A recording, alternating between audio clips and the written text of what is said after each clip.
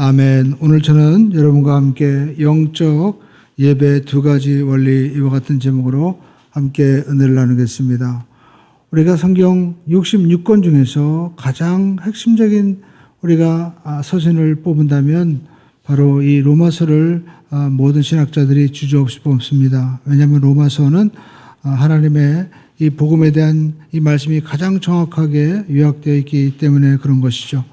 로마서는 크게 두 부분으로 나눠져 있는데 우리가 1장부터 11장까지는 바로 복음이란 무엇인가, 이 구원의 원리에 대해서 말씀을 하고 있습니다. 그리고 12장부터 우리가 16장까지 이렇게 보면 이제 구원받은 백성들이 어떻게 영적인 삶을 우리가 살아갈 수 있을 것인가, 거기에 대한 말씀을 나누고 있습니다. 그러면 우리가 바로 이 복음이 무엇이냐, 여기에 대해서 사도 바울은 한마디로 예수님이다라는 것입니다. 예수님이 바로 복음이십니다.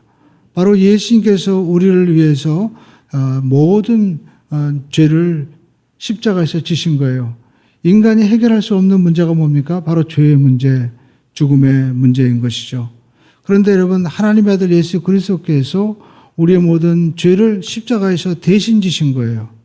그리고 죽으셔서, 하나님의 공의는 죄의 값은 사망인데 이 공의를 이루어 주신 것입니다. 대신 죽어 주신 거예요.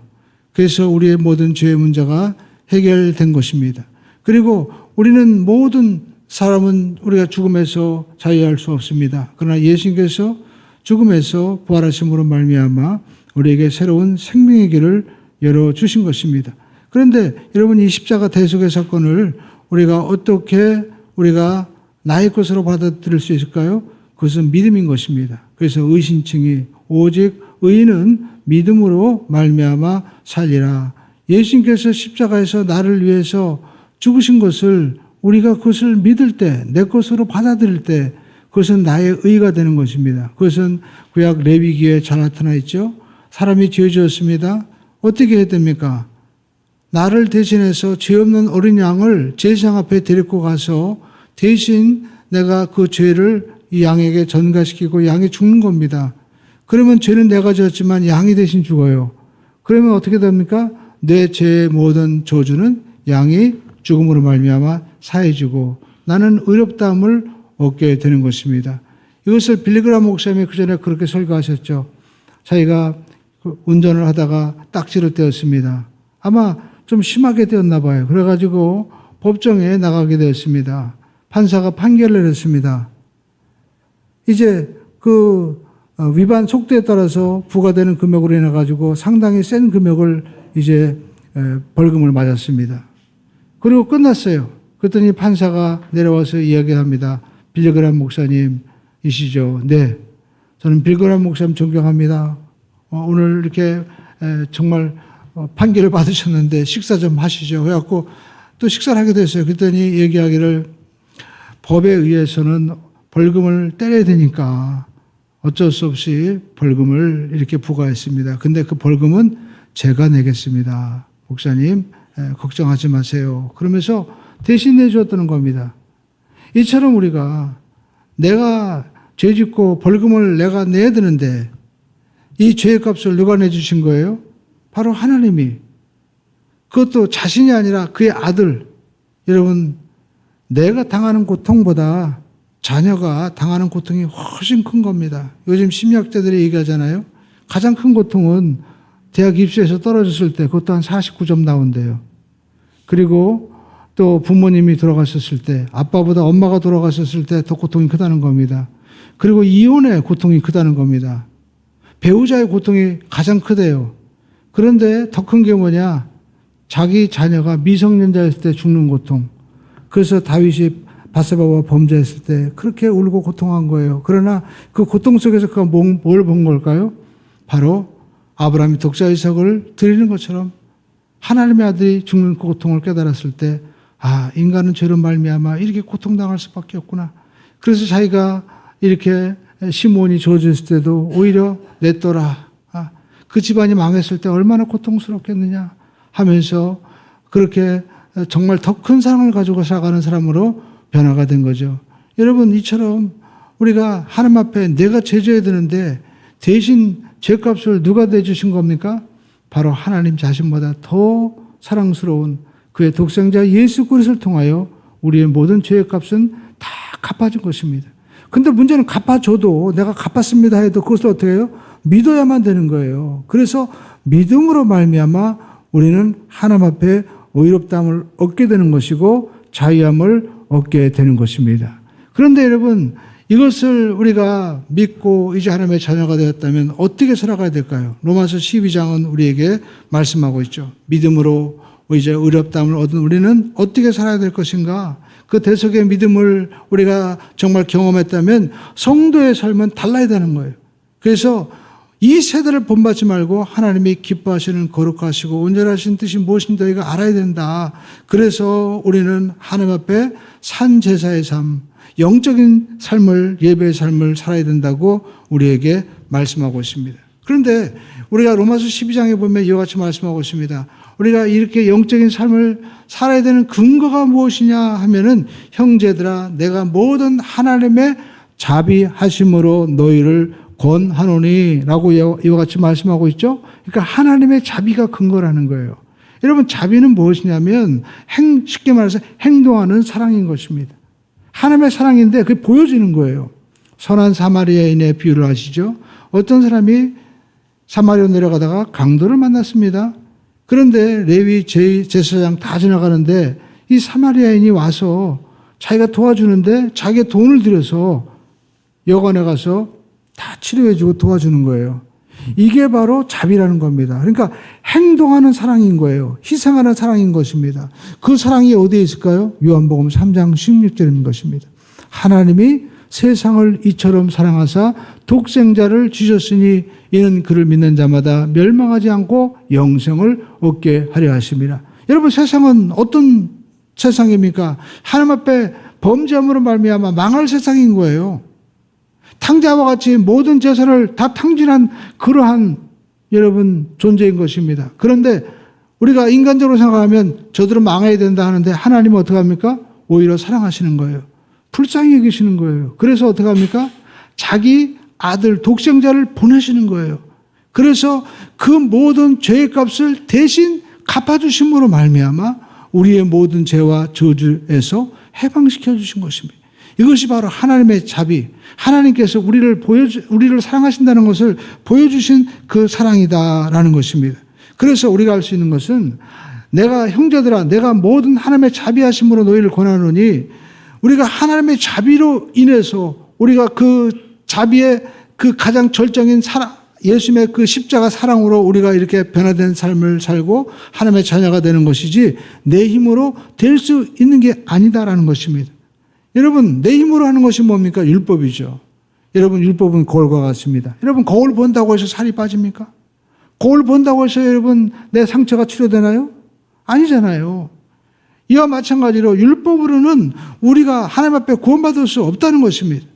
행동하는 사랑 하나님의 자비, 예수님의 대속에 그 십자가의 거룩한 피가 우리를 사해 주시는 것이고 그 은혜로 인하여 우리가 하나님 앞에 죄에서 의인으로 우리가 바뀌어지는 그런 하나님의 자녀의 삶을 우리가 살 수 있게 되는 것입니다. 그래서 성도는 하나님의 은혜를 우리가 붙잡아야 된다라는 것입니다. 하나님의 은혜로 우리의 삶에 기둥을 세워서 우리가 살아갈 때 우리의 삶이 영적인 여러분 삶이 되는 것이고 또 영적인 예배의 삶이 되는 거예요. 그래서 우리가 로마서 12장부터 우리가 16장까지 이렇게 보면 우리가 이 성경 말씀을 읽는 가운데 두 가지 중요한 원리를 우리가 발견하게 되는데 그것은 역설의 원리이고 또 우리가 하나님 앞에 이 믿음의 순서를 잘 지켜야 된다는 것입니다. 여러분, 역설의 원리가 뭘까요? 여러분, 역설이라는 글자 그대로 반대인 거예요. 우리가 로마서 12장 여러분 1절을 여러분 2절을 보시죠. 형제들아 내가 모든 하나님의 자비하심으로 너희를 권하노니 너희 몸을 하나님이 기뻐하시는 거룩한 산 제물로 드려라. 이는 너희가 드릴 영적인 예면이라 라고 말씀하고 있습니다. 여러분, 산 제물이래요. 그리고 또 몸을 드림으로 영적인 예배가 된다는 겁니다. 여러분, 산 제물은 원래 죽어야 되는 거 아니에요? 여러분, 쉽게 해가지고 우리가 돼지 머리 놓고 제사 지는데 만약에 돼지가 살아있다고 쳐보십시오. 그 제사가 되겠어요? 구약의 제사는 여러분 양이 죽어서 염소가 죽어서 내 죄가 전가되어서 이 모든 죄값이 사해지는 그러한 예배였습니다. 그런데 여러분 여기 보니까 산 제물이 되어야 된다 우리에게 말씀하고 있는 것입니다. 그 역설이죠. 여러분 제가 이 말씀 묵상하는 가운데 제가 기도하는 가운데 이런 해석을 드렸어요. 그건 뭐냐? 진짜 이제 구약의 제물은 한 번 드려주고 다음에 또 드려주고 반복되는 것이죠. 그러나 예수님께서는 자기 자신이 제물이 되어주셔서 영원한 우리의 모든 죄를 단 한 번에 인류의 모든 죄를 다 씻어주신 것입니다. 그러니까 진짜 제물이 되신 예수 그리스도, 우리가 그 예수 그리스도를 이제는 어떻게 합니까? 믿음으로 내가 살아있지만 내가 살아있는 예배를 드리는 거예요. 항상 예수님께서 십자가에서 나를 위해서 모든 죄와 저주를 옛사람을 주님께서 대신 다 죽으심으로 말미암아 우리는 의롭게 되었다는 것을 믿는 믿음의 살아있는 삶을 사는 것이 우리에게 영적인 산제사가 된다라는 것입니다. 오늘 여러분 예수님께서 저와 여러분의 죄와 저주를 다 여러분 십자가에서 짊어지시고 갚아지셨음을 여러분 믿으시면 아멘 합시다. 이게 여러분 믿어져야 되는 거예요. 성경은 이걸 증언하고 있습니다. 세례 요한도 예수님 볼 때 다른 건 얘기하지 않았습니다. 목수의 아들이다 누구다 여러분 그런 족보를 얘기했나요? 어디 나왔나? 그리고 무엇을 했나? 아닙니다. 보라 세상 죄를 지고 가는 하나님의 어린 양이다 이렇게 말씀하신 거예요. 예수님께서 세상 모든 죄 거기에는 나의 죄를 주님께서 십자가에서 다 짊어지셨다라는 것입니다. 그래서 양이 죽어야 되는데 이제 예수님이 십자가에 못 박혀 죽은 거예요. 예수님은 이미 모든 죄와 저주를 십자가에서 갚아주었습니다. 근데 중요한 것은 양이 이제 죽었을 때 내 죄는 이제 양에게 전가되어서 다 사라졌다라고 그것을 믿어야 되는 것처럼 우리도 예수 그리스도께서 나의 모든 죄와 저주를 십자가에서 대신 갚아주셨다. 내 모든 죄값으로 죽으셨다는 것을 여러분 어떻게 합니까? 믿음으로 받아들여야만 된다는 것입니다. 그래서 여러분 신약의 제사는 지금 우리가 이제 양과 소를 잡는 것이 아닙니다. 우리를 위해서 죽으신 예수 그리스도의 십자가를 우리가 믿음으로 우리가 고백하고 받아들이고 또 감사하고 찬양하고 또 예수님께서 십자가 대속을 믿고 이제는 우리가 주님 안에서 이제 산제사의 삶, 영적인 예배의 삶을 살기로 결단하고 나가서 우리가 주님께서 이 땅에 구원자로 오신 것처럼 세상에 여러분 영적인 제사장으로 구원의 삶을 우리가 살아가는 것입니다. 그래서 여러분 구약의 제사는 양이 죽어야 된다면 여러분 이제 우리가 신약의 제사는 나를 위해서 죽으신 십자가 대속을 우리가 믿는 믿음의 삶을 살아가는 것입니다. 그러니까 내 옛 생각이 죽어야만 되는 거예요. 나의 율법으로 의를 이루고자 하는 그 잘못된 이 생각이 어떻게 합니까? 이기심과 탕욕과 육신의 정욕과 이생의 자랑이 십자가에서 내가 죽어야 된다라는 것입니다. 그래서 로마서 6장 2절은 이와 같이 말씀하고 있습니다. 죄에 대하여 죽은 우리가 어떻게 합니까? 이제는 어찌 그 가운데 살리요? 라고 말씀하고 있습니다. 그러면서 하나님께 대하여 우리는 어떻게 합니까? 산자가 되었다라고 말씀하고 있습니다. 우리는 죄에 대해서 죽었습니다. 어떻게 우리가 죄에 대해서 우리가 죽을 수 있습니까? 여러분 죄가 뭡니까? 죄에 대하여라면 너희가 나를 믿지 아니하며 우리가 이 믿음 없는 예수 그리스도의 대속의 은혜를 믿지 않는 그 믿음이 여러분 죽어져야만 되는 거예요. 그것은 뭡니까? 이제는 불신이 아니고 믿음으로 우리가 변화가 되는 겁니다. 불신이 죽어야 되는 겁니다. 의심이 죽어야만 되는 거예요. 그래서 우리는 죄에 대해서 죽고 의에 대하여 하나님께 대하여는 살아있는 그러한 생명의 삶을 우리가 살게 되는 것입니다. 그래서 사도 바울은 고백하고 있죠. 갈라디아서 2장 20절에 보면 이와 같이 말씀하고 있습니다. 이제 내가 죽고 예수로 산다는 거예요. 함께 읽어보겠습니다. 내가 그리스도와 함께 십자가에 못 박혀 죽었나니 그런즉 이제는 내가 사는 것이 아니요 오직 내 안에 그리스도께서 사는 것이라. 이제 내가 육체 가운데 사는 것은 나를 사랑하사 나를 위하여 자기 몸을 버리신 하나님의 아들을 어떻게 해요? 믿는 믿음 안에서 사는 것이다 라고 말씀하고 있습니다. 그러니까 사도 바울은 갈라디아서 2장 20절에서 내가 죽었다는 거예요. 내가 그리스도와 함께 십자가에 못 박혀 죽었다. 여러분, 사도 바울이 죽었나요? 육신은 안 죽었잖아요. 그럼 뭐가 죽은 겁니까? 자기의 옛사람. 그는 바리새인 중에 바리새인이었습니다. 바리새인은 율법을 완전히 지켜서 구원받겠다는 거예요. 그러나 그것이 십자가 예수님 앞에서 죽어진 것입니다. 인간은 안 돼요. 인간의 방법으로 안 되는 겁니다.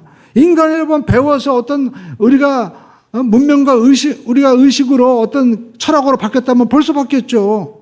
그러나 여러분 여전히 이 세상은 죄와 저주와 전장과 그리고 여러분 우리가 알면 변합니까? 계몽주의처럼 사람을 여러분 우리가 빛을 비추어서 알게 하면 변하나요? 지금 여러분 얼마나 모든 것을 아는 정보화 시대입니까? 근데 그거 가지고 뭐합니까? 남의 정보 가져다가 돈 뺏고 남의 정보 가져다가 망하게 하고 얼마나 큰 일이 벌어지고 있습니까? 안다고 되는 것이 아닙니다. 하나님은, 우리 인간은 하나님이 예수 그리스도의 사랑이 아니면 될 수가 없는 거예요. 오직 예수로만 된다는 겁니다. 그래서 사도 바울이 이것을 말씀하고 있죠. 그래서 사도 바울은 내가 그리스도와 함께 십자가에 못 박혀 죽었다. 인간이 이루고자 하는 종교, 율법, 이 모든 것들을 예수 그리스도 십자가 앞에서 자기가 죽었다는 겁니다. 이제는 내 의가 아니라 예수님을 믿는 믿음으로 사는 거예요. 그래서 내가 사는 것은 나를 사랑하사 자기 몸을 버리신 그 하나님의 아들 예수 그리스도, 그 예수를 믿는 믿음으로 내가 살아간다라고 말씀하고 있는 것입니다. 그래서 오늘 저와 여러분들이 내가 뭘 안다고 하면 이제 나를 부인하고 예수님께서 주신 십자가를 지고 사는 삶을 우리가 살아가야만 되는 것입니다. 그래서 희생과 섬김과 오히려 우리가 주님 앞에 드리는 이 사명, 이 모든 것들이 세상 사람들이 볼 때는 이해가 안 되지만 이것이 생명의 삶이고 부활의 삶이고 영생의 삶이 되는 것입니다. 그래서 하나님께서 성도들을 때로 고난 가운데 이끄는 이유가 뭡니까? 이 고난을 통하여 역설적으로 우리를 살리기 위한 거예요. 이 고난을 통해서 우리가 아무것도 아니구나. 내가 아무리 노력하고 내가 아무리 힘쓰고 했어도 내 힘으로는 구원받을 수 없는 것이구나. 내가 주는 이 세상의 기쁨은 정말 안개와 같이 아무것도 아닌가구나 하는 것을 우리가 알게 되는 것이죠. 그래서 그때 정말 욥처럼 하나님, 내가 이제 이 고난을 통하여 주님을 내가 귀로만 들었는데 내가 손으로 만지고 알게 되었습니다. 고백할 수 있게 되는 겁니다. 그래서 우리가 신앙생활은 우리가 하나님 앞에 내 육적인 것을 십자가에 못 박고 우리는 하나님께서 주시는 그 은혜, 십자가에서 죽는 그것을 우리가 배우면서 살아가는 거예요. 그래서 사도 바울은 나는 날마다 죽노라 라고 말씀하고 있습니다. 여러분 쉽게 얘기하면 저는 수영을 이렇게 운동을 하는데 수영과 똑같습니다. 여러분 수영장 맨 처음에 가면 이제 초보자에게 하는 얘기가 뭡니까? 힘 빼라는 겁니다. 힘 빼.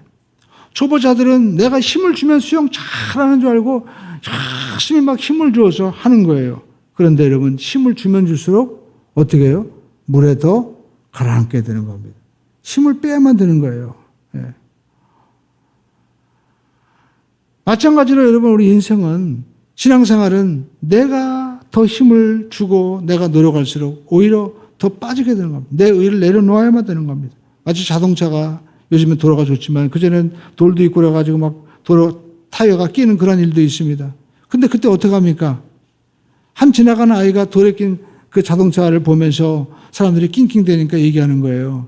아, 이게 바람 빼면 되는데 타이어에 바람 빼면 금방 빠져나오는 겁니다. 여러분 우리가 눈이 왔을 때 우리가 자동차가 그 눈길을 달릴 수 있는 방법이 뭡니까? 바람 빼면 되는 거예요. 바람을 집어넣어서 땡땡하게 할수록 더 자동차는 헛바퀴를 돌고 못 가게 되는 겁니다. 그렇습니다. 우리는 하나님 앞에 내 힘을 빼야 되는 겁니다. 그래서 사도 바울이 예수 만나고 나서 고백한 것이 뭡니까? 나는 가말리엘 문화 사람이고 베냐민 지파, 그리고 나는 또 히브리인 중에 히브리인이고 나는 로마 시민권자, 모든 것을 가진 정말 당대 정말 가질 수 있는 모든 것과 가장 높은 자리에 올라가 있던 그런 사람이었지만 나는 예수 그리스도를 만나고 나서 어떻게 합니까? 분토와 같이 여긴다. 모든 것을 버렸다라고 말씀하고 있습니다. 그것이 바로 역설의 원리인 것이죠. 오히려 하나님 안에서 내가 힘을 빼고 내려놓을수록 하나님이 더 강하게 나타나는 것입니다. 그러므로 여러분 우리가 인생을 살면서 내가 안 풀리고 때로는 내가 막혀 있을 때 내가 힘을 빼야 되는 것이 무엇인가? 내가 내려놔야 될 것이 무엇인가? 내가 죽어야 될 것이 무엇인가? 여러분, 내 모든 삶의 지경에서 모든 생각과 사업과 그리고 또 내 모든 가정에서 내가 내려놔야 될 것이 무엇인지, 하나님의 뜻은 무엇인지 우리가 바라봐야만 되는 것이죠. 그리고 성경에 보니까 역설적이어도 몸으로 영적인 예배를 드리라는 거예요. 몸. 여러분, 영과 몸은 우리가 어떻게 보면 이원론적으로 볼 때 반대되는 개념 아닙니까? 당시 여러분 헬라 철학은 이 플라톤의 이원론 철학이죠. 동굴에 들어가서 이제 세상에 사람들이 왔다 갔다 거리는데 동굴 벽에는 그림자만 보이는 거예요. 진짜는 실체는 바깥에 있고 여긴 그림자입니다. 그래서 이데아라고 얘기하지 않습니까? 이상의 세계. 그래서 여러분 초대교회에 어떤 일이 있었냐면 육은 헛것이고 아무것도 아니고 썩어지고 더러운 것인데 어떻게 예수님이 육신의 몸을 입고 왔냐는 거예요. 그래서 예수님은 이 땅에 오신 그 육신의 몸은 가짜다. 그래서 가연설이라고 얘기합니다. 영지주의가 거기에서 나온 거예요. 그러면서 육신이야. 이미 썩어질 것인가. 그냥 마음대로 살면 돼. 죄 짓고 이렇게 해도 어차피 썩어져서 없어질 것인가. 그렇게 나오는 겁니다. 근데 성경은 우리에게 뭐라고 말씀하고 있습니까? 아니다라는 거예요. 영과 육은 연결되어 있다는 겁니다. 성경은 육체를 무시하지 않는다는 것이죠. 그래서 심지어 우리가 가장 중요하게 여기는 성찬도 먹는 것을 비유로 말씀하고 있습니다. 이것은 내 몸이다 하면서 떡을 주고 이것은 내 피다 하면서 여러분 예수님께서 말씀하고 있죠. 그것이 바로 성찬이다라는 겁니다. 그러니까 여러분 우리가 영이 강건하기 위해서는 우리 육이 어떻게 합니까? 영적인 자리로 가야 되는 거예요. 예배 자리로 우리가 가서 내 몸을 드릴 때 우리 영혼이 살아나는 역사가 일어나게 되는 것이고 또 영이 살면 육도 살아나는 역사가 일어나게 되는 겁니다. 여러분 이 시대 많은 사람들의 문제가 뭡니까? 멀쩡한 사람들이 왜 저렇게 이상한 일을 합니까? 영이 죽었기 때문에. 그래서 여러분 영이 살아날 때 영혼이 잘 되고 범사가 잘 되고 강건한 역사가 일어나게 되는 것이죠. 그래서 사도 바울은 하나님이 기뻐하시는 거룩한 산 제물로 너희를 드리라는 거예요. 우리가 우리의 몸을 우리가 드릴 때 예배 자리로 나오고 또 우리가 산제사, 제사에서 짐승을 잡는 것처럼 여러분 말씀의 칼로 내 생각과 내 뜻과 내 의지를 우리가 하나님 앞에 내가 죽어질 때 그때 예수 그리스도가 살아나는 육신의 삶이 아니라 영생의 삶, 진짜 삶이 우리에게 펼쳐질 수 있게 된다는 것입니다. 이것이 바로 신앙의 역설인 것이죠. 그래서 유명한 D.L. 모드 목사님 말씀하고 있습니다. 뭐라고 말씀했습니까? 나는 바쁘기 때문에 기도한다는 거예요. 약하기 때문에 더욱더 주님을 의지하는 겁니다.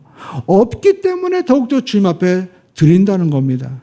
여러분 조영기 목사님이 그 전에 설교를 보면은요 늘 11조를 강조하셨습니다. 가난하고 너무 힘들기 때문에 제가 여의도 순복음교회 가면서 느낀 게 뭐냐면 다른 교회랑 다른 게 느껴지는 게 확연합니다.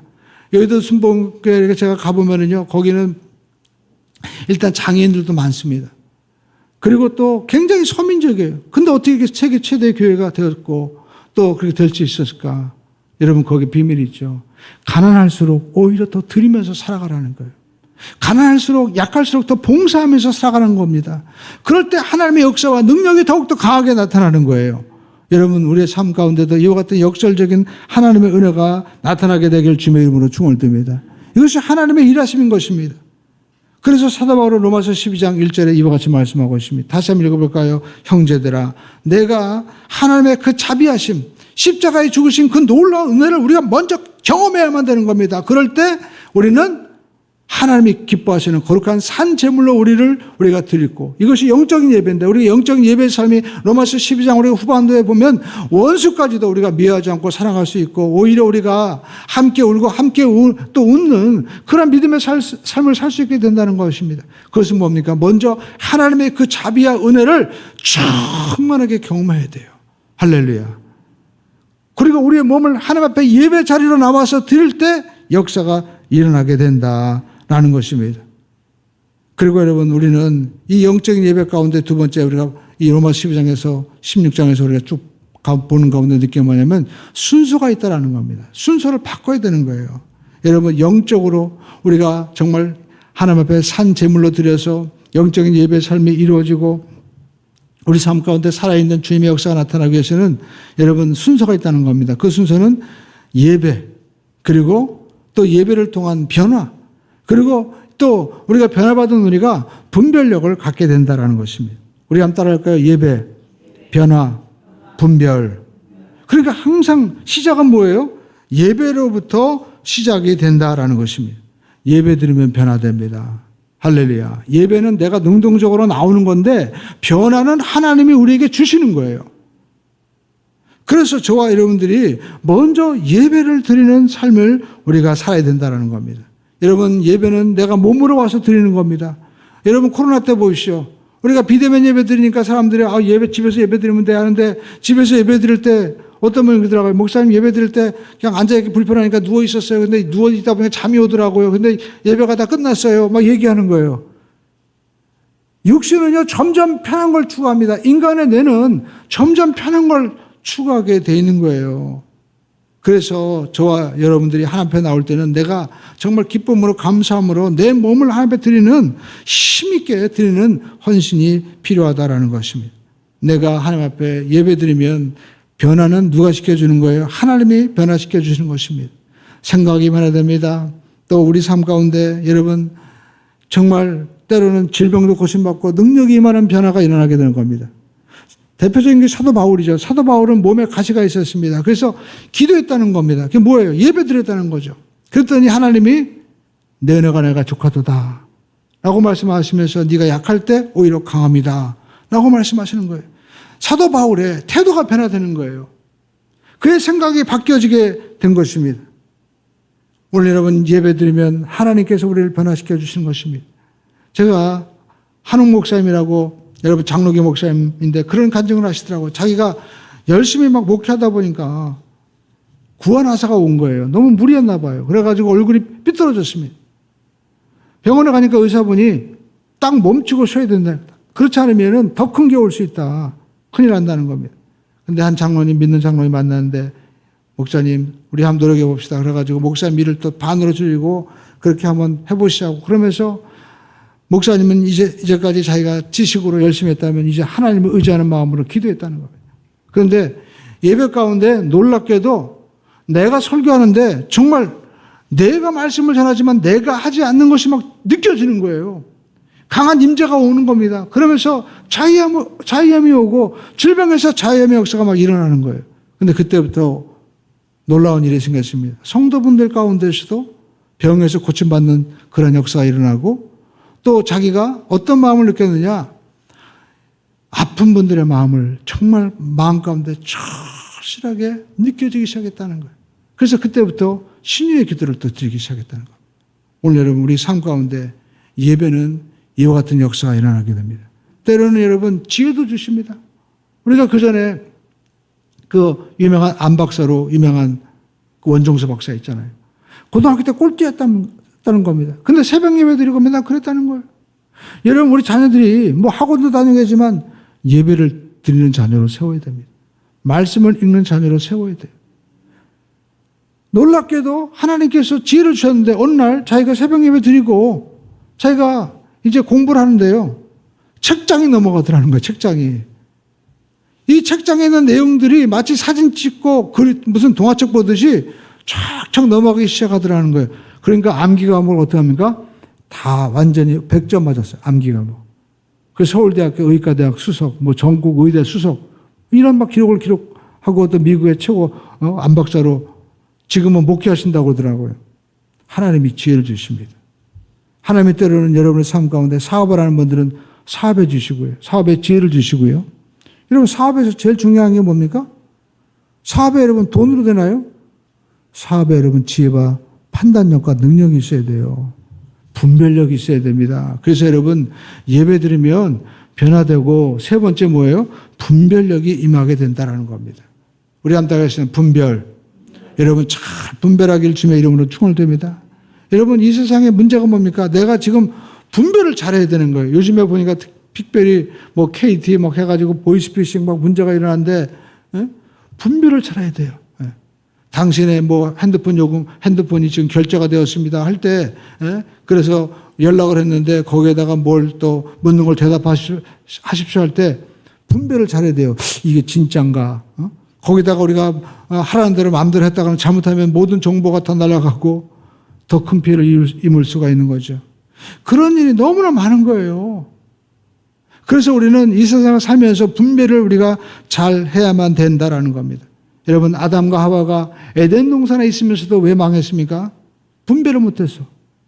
마귀가 와가지고 욕하는데 정말 그 말들을 보니까 보암직도 하고 탐스럽기도 한 겁니다. 근데 그거는 망하는 길이었어요. 성경 보시죠. 모세는 산에 올라가서 기도할 때 그 얼굴이 변하여 광채가 나기 시작합니다.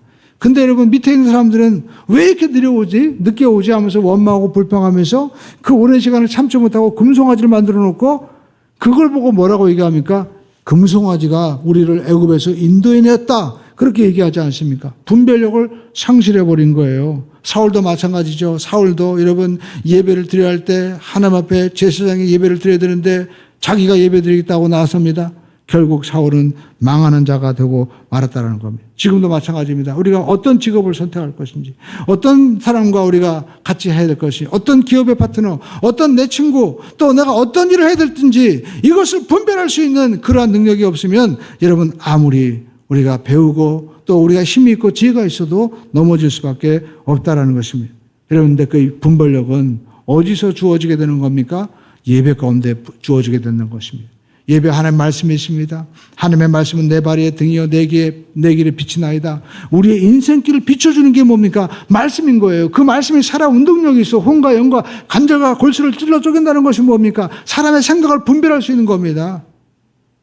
그 사람의 깊은 의미를 깨달아 알 수 있는 것이 바로 예배에서 주어지는 말씀의 생명력인 것이고, 그 생명력을 주시는 성령의 역사가 우리 가운데 있을 때 여러분, 우리의 삶을 인도해 주게 되는 것입니다. 그래서 여러분, 예배가 제일 먼저 돼야 되는 것이고, 여러분, 예배 우리가 드릴 때 하나님 앞에서 주시는 변화의 역사가 일어나고 분별력이 임하게 되는 것입니다. 그래서 이 예배도 우리가 그냥 열심히 드리는 것이 아니라 영과 진리로 예배 드려야 된다.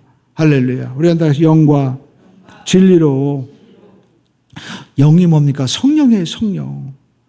진리는 바로 여러분, 진리, 내가 길이요 진리요 생명이다. 예수님으로 우리가 예배하고 예수님으로 기도할 때만이 우리는 하나님 보호자 앞에 나갈 수 있게 되는 것이고, 예수님이 여러분 가는 길에 여러분 지성소와 성소에 맡긴 휘장이 열려지듯이 하나님 앞으로 갈 수 있는 길이 여러분 열려지는 것이고, 또 우리가 요한계시로 보면 우리의 모든 기도를 누가 받아가지고 올라가시는 거예요? 바로 예수님이 받아 올라가셔서 하늘 보좌에 쏟으시고 응답의 역사를 베풀어 주시는 거예요. 그래서 저와 여러분의 삶 가운데 오직 우리가 예배를 통해서 말씀과 진리로 예배할 때 여러분, 우리 삶 가운데 변화의 역사가 일어나게 되는 것입니다. 예배에서 변화가 옵니다. 능력이 옵니다. 분별이 오는 것입니다. 여러분, 이 분별력이 올 때 우리 삶 가운데 여러분, 놀라운 그러한 하나님의 일하심을 볼 수 있게 되는 것입니다. 그런데 문제는 사람들이 이 예배 없이 분별만 먼저 하려고 하는 거예요. 요즘 말로 말하면 솔루션만 찾게 되는 것입니다. 근데 여러분, 내 방법으로 내 시간대에 내가 이것을 해달라고 하면 여러분, 이것은 내 뜻은 이루어지지만 아버지 뜻이 이루어지지 않기 때문에 우리 삶에는 자꾸만 얽히고 설키고 문제가 여러분 더해지는 것입니다. 그러나 여러분, 성령님이 역사하셔서 하나님의 방법과 하나님의 때를 우리에게 허락해 주시면 우리는 하나님의 인도하심과 보호하심과 하나님의 놀라운 공급하심을 경험할 수 있게 되는 것입니다. 사람들은 예배 없이 솔루션만 찾으려고 하는 것입니다. 그래서 요즘에는 인공지능에게 AI에게도 물어보기도 하고 챗GPT에게도 물어보기도 하고 또 심지어는 TV에 나오는 유명한 사람들 다 물어보면서 하죠. 그러나 성경 우리에게 말씀하고 있습니다. 너희는 먼저 하나님의 내 이 모든 자비하심으로 권하노니 너희 몸을 하나님이 기뻐하시는 거룩한 산 제물로 제사드려라, 예배드려라. 그럼 너희에게 변화를 받고 너희들이 이 세상을 분별할 수 있는 능력을 얻게 된다라는 것입니다. 그렇습니다. 하나님 앞에 거룩한 사람은 이 영적인 이 역설의 원리와 이 순서를 우리가 해야 되는 것이고, 또 우리가 깨달아 우리가 순종하고 나가야만 되는 것입니다. 여러분, 하나님을 인정하십시오. 잠언서 보니까 따라하겠습니다. 너는 범사에 그를 인정하라. 이 하나님의 말씀을 우리가 인정하고 여러분 아멘하고 반응해야 돼요. 우리 한번 따라하겠습니다. 예배는 반응이 중요합니다. 여러분, 이 말씀이 맞고 나면 여러분 아멘 하고 하세요. 할렐루야. 진실한 마음으로 맞습니다. 이 아멘. 우리 한번 따라하겠습니다. 맞습니다. 아멘. 너는 범사에 그를 인정하라. 그럼 내 길을 지도하시리라. 이렇게 아멘하고 뭐예요? 반응을 하는 거예요. 반응. 여러분 유명한 칼바트는 얘기했습니다. 신앙은 반응이다. 우리 한번 따라할까요? 신앙은 반응이다. 말씀에 반응하는 거예요. 이 하나님의 섭리 가운데 내가 아멘으로 반응하는 겁니다. 여러분 우리가 병원에 가면 우리 간호사 선생님들이 계신데 응급실에 가면 이 동공에 후라시 가지고 이렇게 봅니다. 뭘 봅니까? 지금 이 눈에 후라시를 비춰가지고 이 신경이 반응하는지 안 반응하는지 확인을 하는 거예요. 만약에 반응하지 못하면 뇌가 이상이 있거나 이 사람이 심각한 지금 문제가 있는 겁니다. 근데 반응한다면 이 사람은 정상적인 거예요, 몸이. 예. 여러분, 마찬가지입니다. 우리도 하나님 말씀 앞에 반응하는 사람이 있어요. 예배를 우리가 들으면, 우리가 성경에 나오죠? 사도 바울도 안진뱅이가 미문에 앉아 있는데 사도 바울이 저 사람이 병 나을 수 있는지 없는지 그가 어떻게 해요? 알았다는 거예요. 어떻게 알았을까요? 반응하는 걸 알았어요. 반응. 예배를 드려도 그 사람의 눈동자가 있습니다. 그 사람의 태도가 있어요. 어떤 사람은 예배를 드리는데 그냥 습관적으로 늘 늦게 오는 사람도 있습니다. 어떤 사람은 습관적으로 빠지는 사람도 있어요.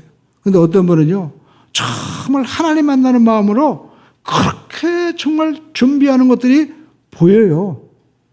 아마 선생님은 알 거예요. 선생님은 학생들이 보면 그 학생의 눈빛만 보고 태도만 봐도 야, 얘는 공부를 정말 이 수업을 무언가 정말 될 수 있는 아이다. 이런 게 보여요, 안 보여요? 보인다니까요. 하나님도 여러분 우리를 보십니다. 그러므로 저와 여러분들이 여러분 하나님 앞에 믿음으로 반응하십시오. 그럼 우리의 삶 가운데 여러분 삶의 방향이 바뀌고 또 우리가 여러분 이 방향이 바뀌고 또 순종하면 인생의 도약이 일어나고 기적의 역사가 일어나게 될 줄로 믿습니다. 그러니까 오늘 저와 여러분들은 이 예배를 통해서 변화되고 분별력을 우리가 가져서 분별된 삶을 우리가 살아야만 되는 것입니다.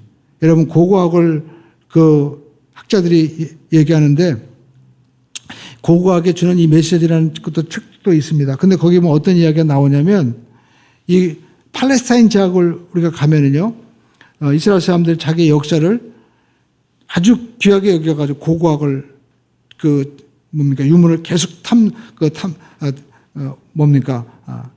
그 지역에서 찾아내고 있어요.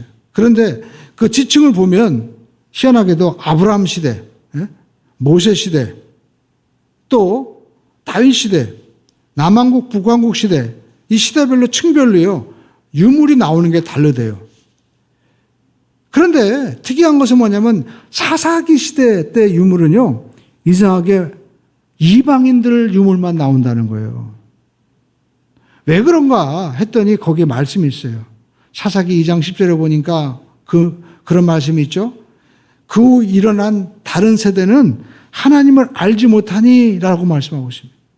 그러니까 여러분 이스라엘인데 그 사사시대 사람들은 하나님을 알지 못하는 그런 이방인적인 삶을 사니까 유물들이 다 이방인 유물들만 나오는 거예요. 근데 다윗 시대 때는 희한하게도 전부 다 이게 이스라엘 유물이구나. 이 딱 나오는 거예요. 우리의 삶도 마찬가지입니다. 요즘에 핸드폰을 가지고 다니면 여러분의 삶의 위치가 다 표시가 되죠.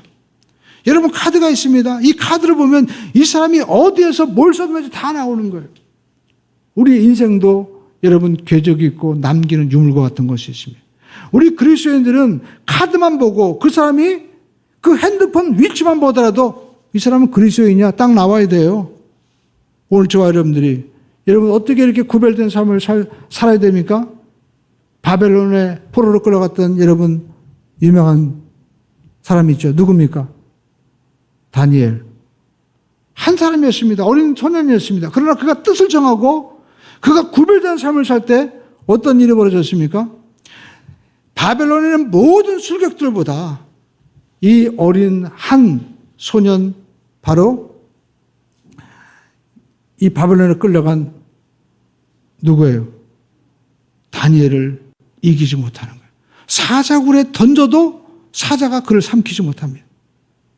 결국 바벨론 시대를 또 페르시아 시대를 바뀌어가면서도 바벨론에서 쓰임받는 다니엘, 그는 하나님의 사람으로 설 수 있던 것입니다. 하나님이 그걸 보여주는 거예요. 세상은 바벨론, 페르시아, 왕국의 시대라고 얘기하지만 여전히 하나님의 사람의 뜻을 정하고 나가면 그를 이길 수 없다라는 것입니다. 이것이 바로 구별됨의 능력인 것입니다.